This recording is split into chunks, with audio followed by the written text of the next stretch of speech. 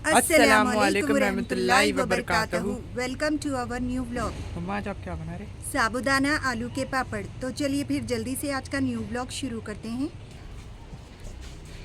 बिस्मिल्लाह बिस्मिल्लाह। साबूदाना आलू के पापड़ बनाने के लिए हमने मीडियम साइज़ का साबूदाना लिया है।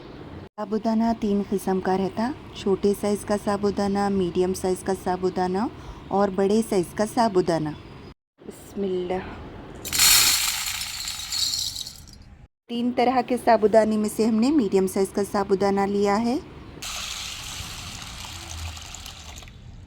साबूदाने के अंदर पानी ऐड करके साबूदाने को 2 बार साफ़ पानी से और हल्के हाथ से वॉश करना। साबूदाने को ज़्यादा ताकत से बिल्कुल भी वॉश नहीं करना, नहीं तो साबूदाने के ऊपर जो कोटिंग रहती वो कोटिंग जो है पानी में ही निकल जाती।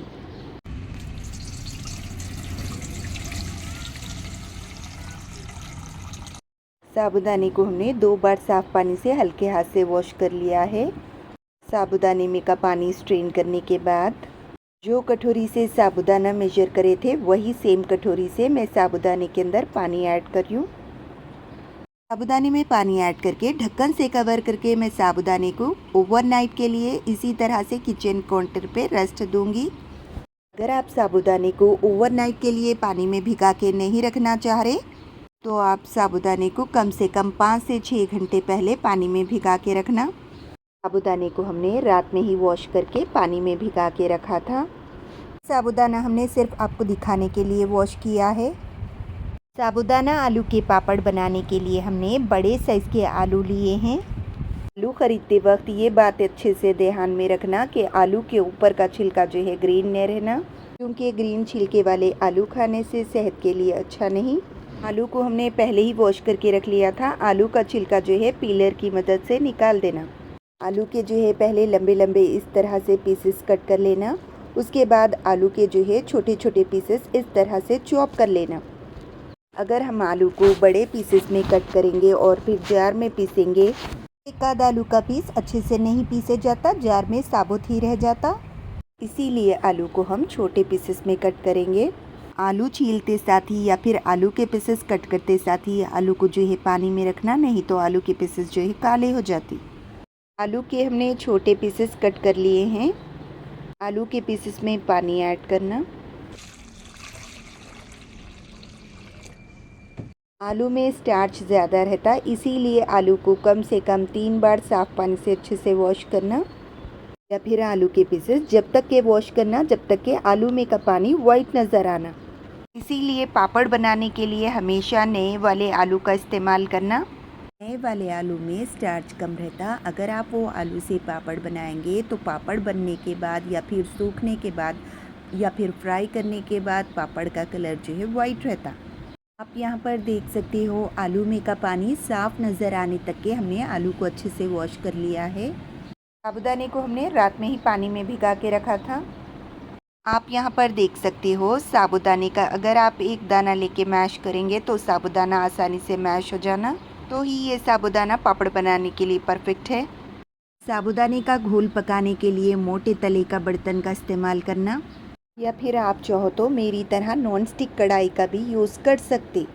जो कटोरी से साबूदाना मेजर करे थे वही सेम कटोरी से मैं कढ़ाई के अंदर पानी ऐड कर रही हूँ।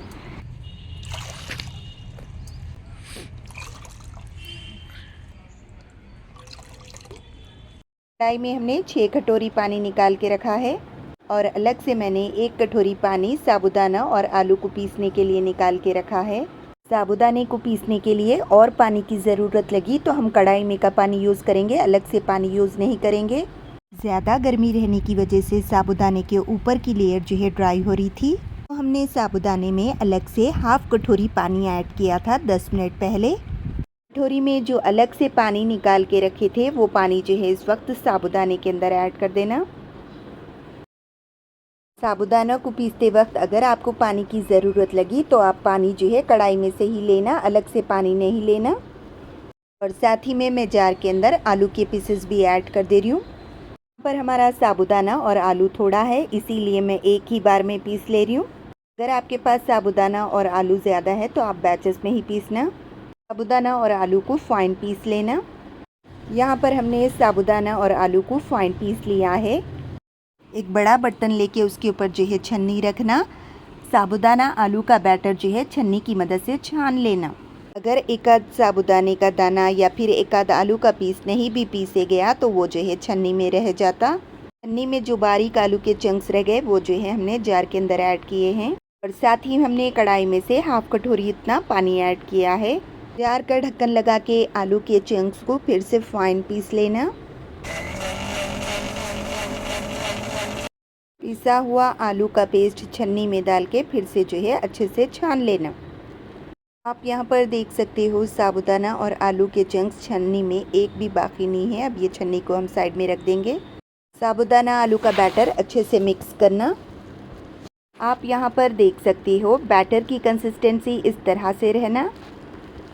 अब ये बैटर को हम साइड में रख देंगे। पापड़ में ऐड करने के लिए हमने अपने टेस्ट के हिसाब से हरी मिर्ची ली है। हरी मिर्ची आप अपने टेस्ट के हिसाब से ऐड करना। अगर आप ये पापड़ छोटे बच्चों के लिए बना रहे तो हरी मिर्ची थोड़ा सा कम करके ही ऐड करना। जार का ढक्कन लगा के हरी मिर्ची को मैं मोटा मोटा पीस के साइड में रख दूँगी। कढ़ाई में जो 5.5 कटोरी पानी रखा हुआ था उसको हमने ढक्कन से कवर करके हाई फ्लेम पे गर्म होने के लिए रख दिया था। पानी हमारा मीडियम गर्म हो गया। पानी को ज़्यादा गर्म नहीं करना। ये स्पून से मैं पानी के अंदर नमक ऐड कर रही हूँ। नमक आप हमेशा अपने टेस्ट के हिसाब से ही ऐड करना। पापड़ के घोल में इस वक्त नमक कम ही रखना। पापड़ सूखने के बाद पापड़ जब आप फ्राई करते तो पापड़ में जो है नमक परफेक्ट हो जाता। अगर आप पापड़ के घोल में पहले से नमक परफेक्ट रख के पापड़ बनाएंगे तो पापड़ सूखने के बाद जब आप पापड़ फ्राई करेंगे तो नमक जो है पापड़ों में ज़्यादा हो जाता। गर्म पानी में हमने नमक अच्छे से मिक्स कर लिया है। साबूदाना आलू का घोल जो है बर्तन में जम जाता। गर्म पानी में घोल डालने से पहले साबूदाना आलू के घोल को जो है अच्छे से मिक्स करना। बात अच्छे से याद रखना कि गर्म पानी में घोल ऐड करने से पहले गैस की फ्लेम लो रखना। गर्म पानी में साबूदाना आलू का घोल एक ही बार में ऐड नहीं करना। एक हाथ से साबूदाना आलू का घोल ऐड करना और दूसरे हाथ से कढ़ाई के अंदर लगातार स्टर करते हुए घोल को अच्छे से मिक्स करना। अगर आप इस वक्त घोल को अच्छे से मिक्स नहीं करेंगे तो साबूदाना आलू के जो है लम्स बन जाते। कढ़ाई में पूरा बैटर ऐड करने के बाद इस वक्त जो है गैस की फ्लेम मीडियम टू हाई रखना। साबूदाना आलू का घोल ऐड करने के बाद हमें बिल्कुल भी रुकना नहीं है। लगातार स्टर करते हुए पकाना है।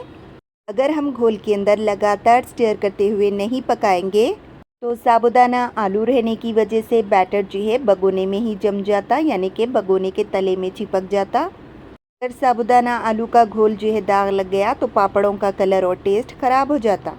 अगर इत्तेफाक से साबूदाने का घोल ज़रा सा भी जम के दाग लग गया तो परेशान होने की ज़रूरत नहीं है। उस वक्त आप साबूदाने का घोल बिल्कुल भी मिक्स नहीं करना। जल्दी से आप घोल को दूसरे बर्तन में निकाल देना।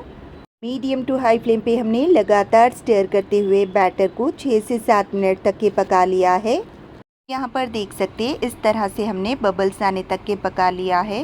बैटर पकने के बाद बैटर का कलर जो है ट्रांसपेरेंट हो जाता। अगर आप बैटर में स्पून डिप करके इस तरह से लकीर खींचेंगे तो ये बैटर जो है आपस में एक दूसरे से नहीं मिलना, यानी कि लकीर अच्छे से नज़र आना। ये लकीर अच्छे से नज़र आ रही, यानी कि हमारे पापड़ का घोल पापड़ बनाने के लिए परफेक्ट है। इस वक्त गैस की फ्लेम ऑफ कर देना, या फिर आप बैटर को इस तरह से चेक कर सकते। अगर आप बैटर को स्पून में लेके इस तरह से छोड़ेंगे तो आप यहाँ पर देख सकते हो बैटर का लास्ट ड्रॉप जो है रुक रुक के गिर रहा, यानी कि ये बैटर जो है पापड़ बनाने के लिए परफेक्ट है। अगर आपको पापड़ वाइट होना है तो आप जो है इसमें थोड़ा सा पापड़ खारा ऐड करना। अगर आपको पापड़ पूरी तरह से वाइट होना है तो आप इसके अंदर जो है ज़ीरा ऐड नहीं करना, या फिर आप चाहो तो ज़ीरा थोड़ा सा कम करके ऐड कर सकते। ज़ीरा ऐड करने की वजह से पापड़ का कलर हल्का सा क्रीम कलर का आता।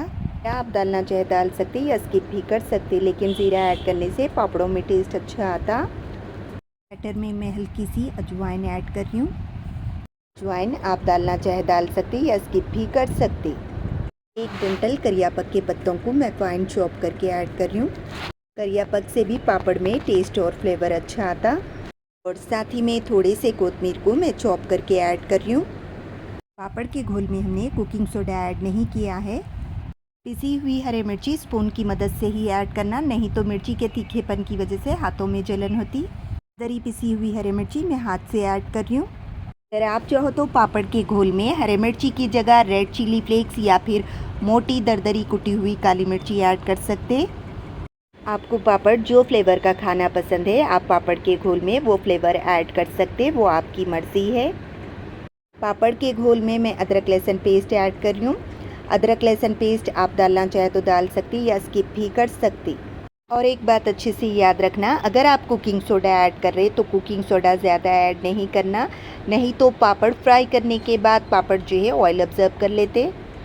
पापड़ के बैटर में पूरे मसाले अच्छे से मिक्स करना।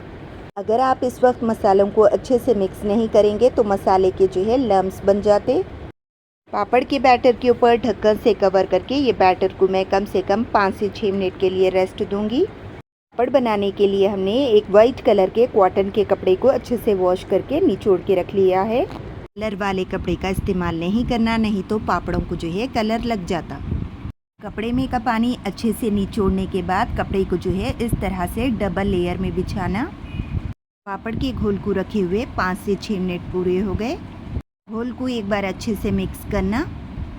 पापड़ का घोल हम थोड़ा सा एक कटोरे में निकाल लेंगे। अगर हम पूरी कढ़ाई का घोल लेके पापड़ बनाने बैठेंगे तो बैटर को हवा लगने की वजह से बैटर भी गाढ़ा हो जाता और बैटर के ऊपर की लेयर जो है पपड़ी जम जाती। इस तरह से बैटर निकालने के बाद कढ़ाई के ऊपर ढक्कन से कवर करके रखना, नहीं तो हवा लगने की वजह से बैटर ड्राई हो जाता। मीडियम साइज़ का सर्विंग स्पून लेके बैटर को जो है कपड़े पे इस तरह से डालना, तो पूरे पापड़ जो है एक ही साइज़ के आते। कपड़े पे जब आप बैटर डाल रहे हैं तो बैटर को जो है स्पून की मदद से बिल्कुल भी स्प्रेड नहीं करना, नहीं तो बैटर जो है कपड़े से चिपक जाता। पापड़ सूखने के बाद पापड़ जो है टूट जाते। कपड़े पे जो पापड़ बनाते वो पापड़ जो है हल्के से मोटे रहते और फ्राई करने के बाद ये पापड़ खाने में भी ज़्यादा टेस्टी रहते। अगर आप चाहो तो बड़े साइज़ के पापड़ भी बना सकते, वो आपकी मर्ज़ी है। कच्चे पापड़ों को ज़्यादा तेज़ धूप में नहीं सुखाना और कच्चे पापड़ों को ज़्यादा तेज़ फ़ैन की हवा में भी नहीं सुखाना।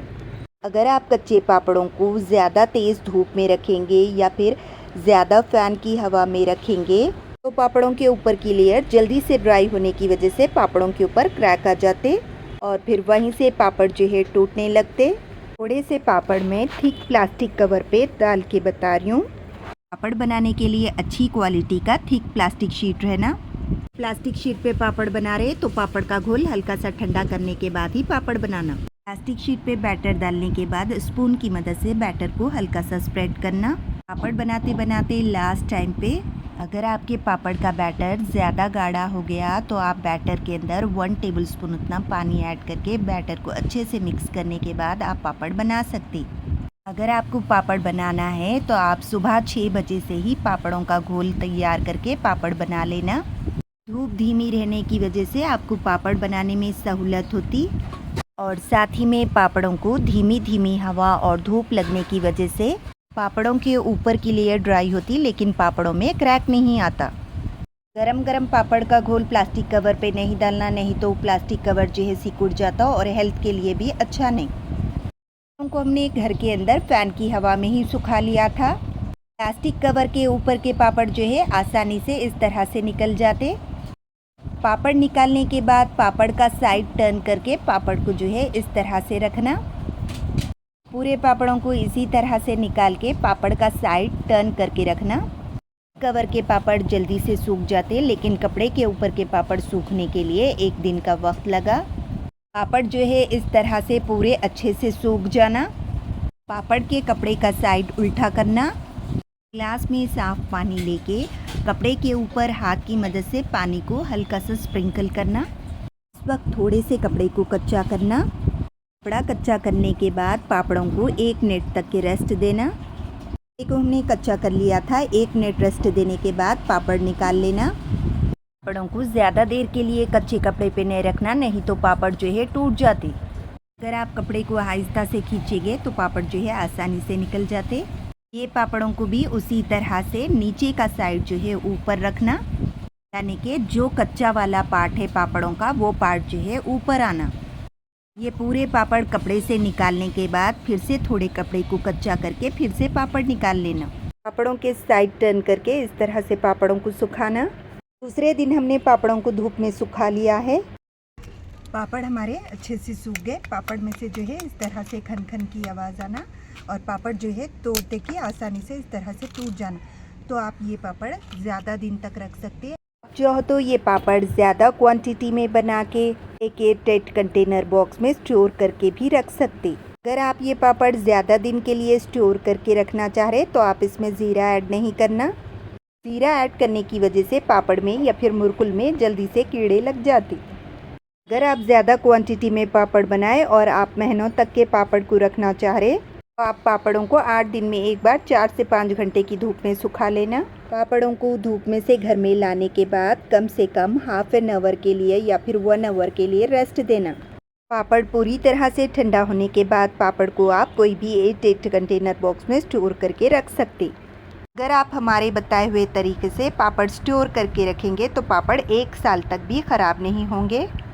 अगर हम फूड ग्रेड प्लास्टिक शीट पे पापड़ बनाएंगे तो 80 से 90 पापड़ बनते।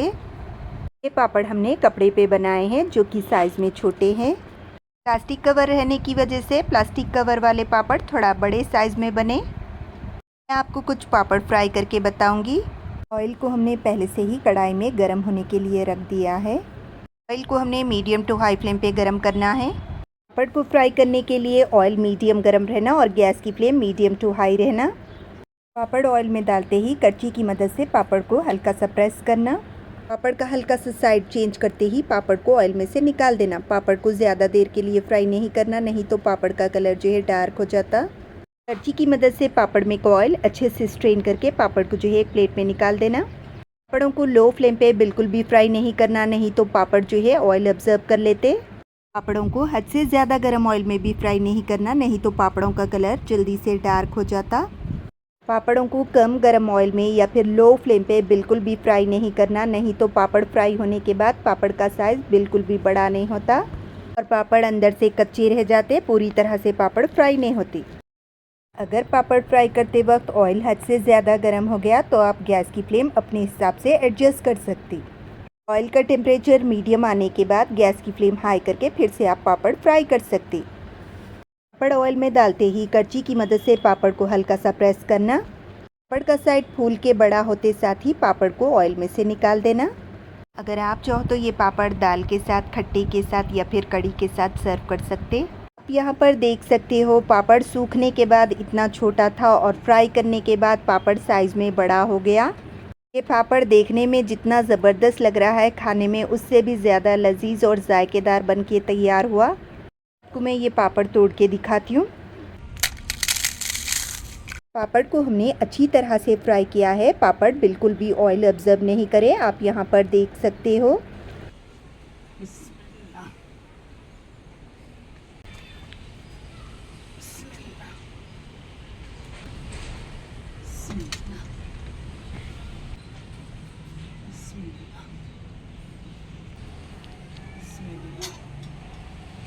अस्सलाम वालेकुम, कैसे हैं आप सब लोग। उम्मीद करता हूँ आप सब लोग खैरियत से।